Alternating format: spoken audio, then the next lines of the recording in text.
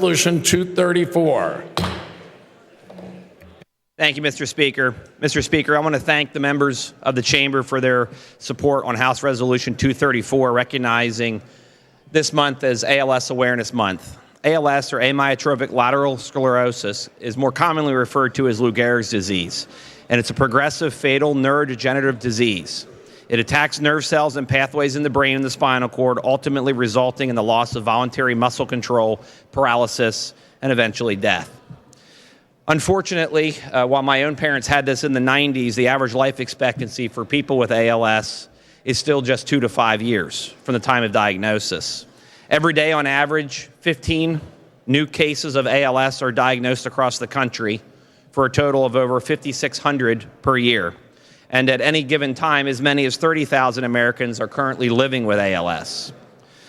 And while we've made great strides in research, specifically linked to genetics, as a result of the Ice Bucket Challenge, many of which I know that you all participated in, there are still very few therapeutics that are available in terms of drugs.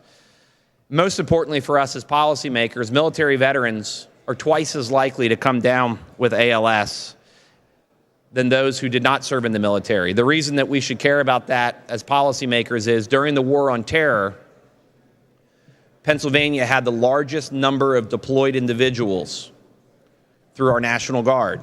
And we're unfortunately looking at a potential uptick in this disease in the future related to those deployments.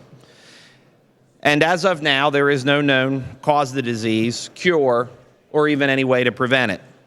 I would like to thank Christy Kolarski and her son Jared, who are to the left of the speaker, who are constituents of the chairman from Butler County, who've come to Harrisburg today to specifically advocate for ALS awareness, and who are our guests here on the House floor. Mr. Speaker, until we find a cure, these advocacy efforts are very important. It helps keep it in the spotlight. It helps us recognize the need for research. And while my own parents' battles are well over, it's my desire to honor them that keeps me involved in the advocacy efforts myself.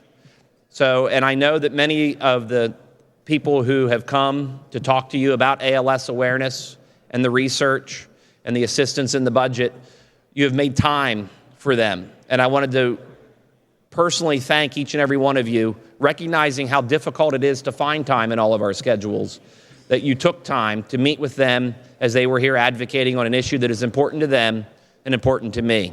Mr. Speaker, it's my hope that someday we'll be here to celebrate the defeat of the disease, where we've discovered a cure because of the efforts of the researchers and the scientists. But until then, we'll keep advocating that we put those efforts and those resources into finding that cure. And I thank you for your time and attention.